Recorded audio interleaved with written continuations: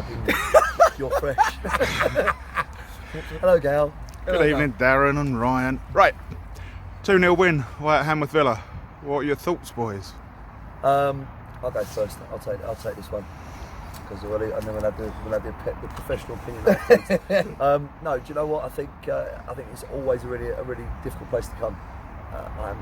My experiences here have been mixed in the past. Some tough results, but I thought today, in all honesty, I thought it was one of the better performances that we've had for a long time, and we would definitely been frustrated today if we had to come away with a win, although we made it really tight in the end. No, I think that's fair enough.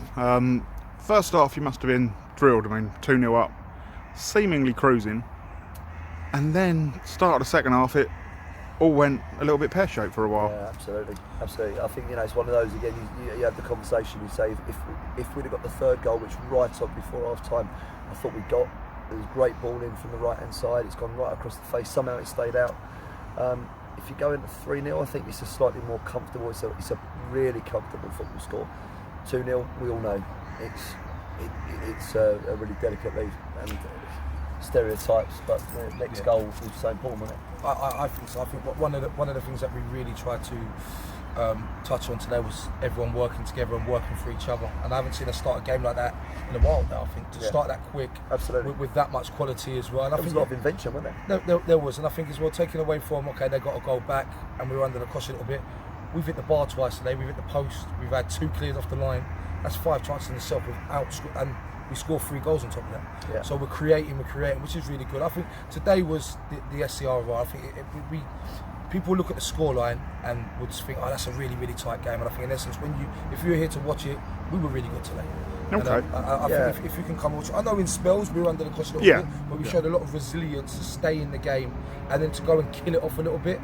At the end, again, I think tired legs. They got a goal back, and it was the last couple of minutes was a bit of squeaky bum time, as we say. Absolutely. As I said, you got to muck in, and everyone working hard for each other. Every man behind the ball, working hard, putting in blocks and things like that. And it was admirable. Some of the performances today. I think Adam he did get MOM. Yes. David Ompron was very good. Phil Page when he came on was very good. Aiden worked his nuts off. That's why he came off.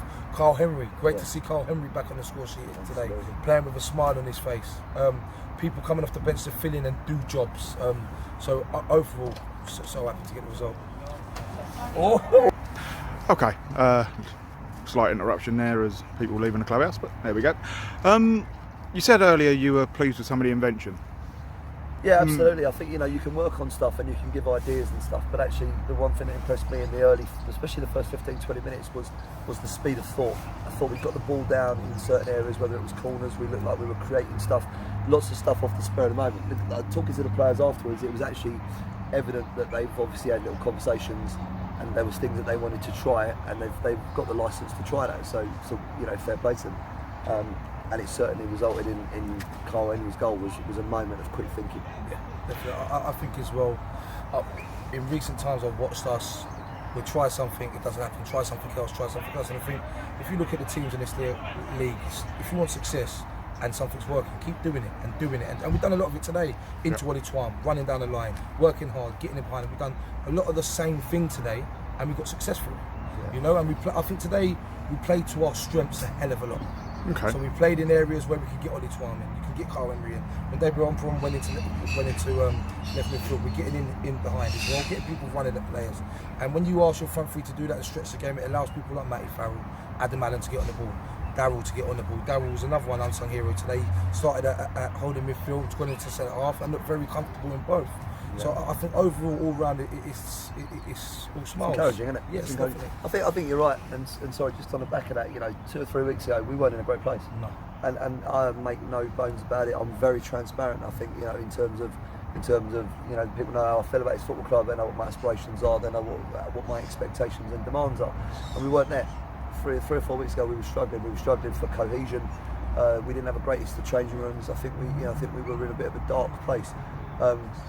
Did I expect it to last long? No, I didn't, because through experience now, I think we know what we knew, what we felt we needed to do to turn the corner. Okay. Today, I think, was a glimpse of that for us. Okay, I know you don't want to sort of put all the pressure onto one player, but for me, watching from the sideline, the fact that Ollie Twum is now fit and is now back is massive. Is that outlet that you need? He seems to give people confidence. Yeah, I agree. And you know what? He's a good foil for us. But he's we've only got to look today. The amount, he gets a lot of the ball. We feed him a lot of the ball, but he makes some good decisions, where and he'll make some naive decisions, and he's still got a long way to go in his footballing education. But I think the lad, if you could bottle his attitude and go, do you know what, somebody who wants to learn and he wants to improve, then he's great. And I think just sometimes the rest of the players will look at him in a slightly different light. For me, I look at what he does technically, what does he deliver for us? How many crosses did he get in? How many times did he beat his man? How many times did he cut in and create a shooting opportunity? Actually, those today weren't a massive count for him. But his work rate is good and he gives players a respite. And I think that's from other players around him, particularly the defensive players, they look at it more like that.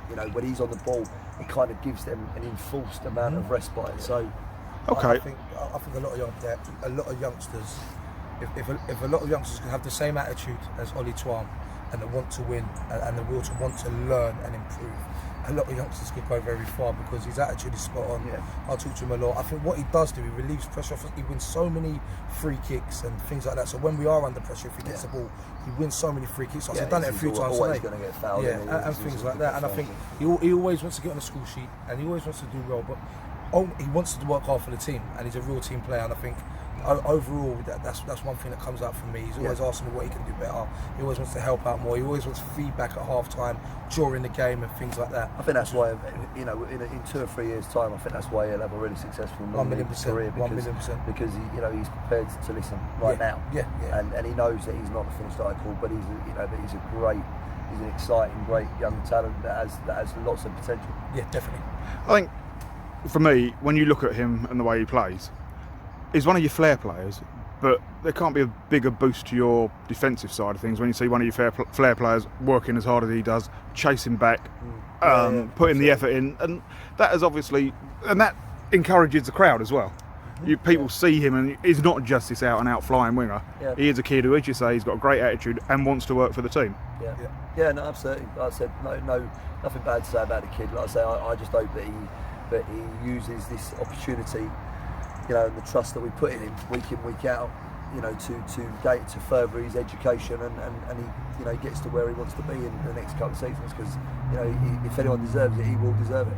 And I think as well with the other wide players we have, Ollie will now get more success, because I think as well, when you have players like Kyle Midfield, we've got young Leon who's just on a dual res from Chertsey, very quick, very good on the ball as well. You can't double up on the time because we've got a very good balance across our midfield now.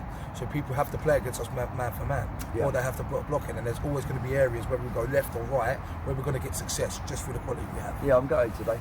Like that we had to obviously enforce changes as early as 15 minutes in. I was going to ask you, did that sort of change? Obviously, you can't plan substitutions, but it must have affected some of your thinking. Yeah, absolutely, because you do have a plan A, B, C, and you think, well, if this happens, then we can change it that way, whether it be personnel that's out there or whether it's introducing a different player. And I think Leon today was a lad that we were hoping that we'd get an opportunity to get involved, because he's been training this last couple of weeks, and as Brian said, he's on dual registration with Chertsey, and he's another lad that looks like he's got bags of pace, and again, a great attitude, very very humble, very nice lad that again looks like he could be another scary proposition. I think ultimately when you look at it as well, as in an ideal world you would have liked to go like for like, but I think at the time of the change it was 2-1, very tight game, and we was under it a little bit as well. So I think sometimes just the fact that we've got the gaffer that can think on the spot very well is ultimately it's the right decision. As much as we probably did want to take a look at Leon, you have to choose the right moments to make these changes. Yeah, we can't just go, because we want to look at one person, we throw him in. Ultimately, your basic success. And that's exactly, at the end of the day, you want the 3 points, and if kids don't get on, then they suck it up and accept it and do it next week. But he just wants to work really hard. He's another like Kyle, like the Ollies, wants to work hard and wants to do well. So overall, I guess we're quite blessed, aren't we? Because obviously we've got those boys, and then when you look beneath that, you've got the likes of Ben Senior and stuff, who's another massive future talent for the next couple of years. coming through the ranks. So we're starting to. I feel like we're starting to have good options. And even when you go below that, you've got players, Keontae below that, and things like that. Ordell, players, isn't it, for the club now? You know, I think winning in the FA Youth Cup and having a chance to watch these boys, I think the club's in a good place, and especially start picking up points now. And you think we had young Brad with us in the Hawley game. It shows. You know, do you know what? I guess we'll be in a better position to say where we're at after next week and the week after. You know, we need a month. 6 weeks to be able to kind of really look and see where we're at. But today was a great stepping stone towards that, I think. Okay, cool. Well, thank you very much, gentlemen, and have good rest of the weekend. Cheers, guys.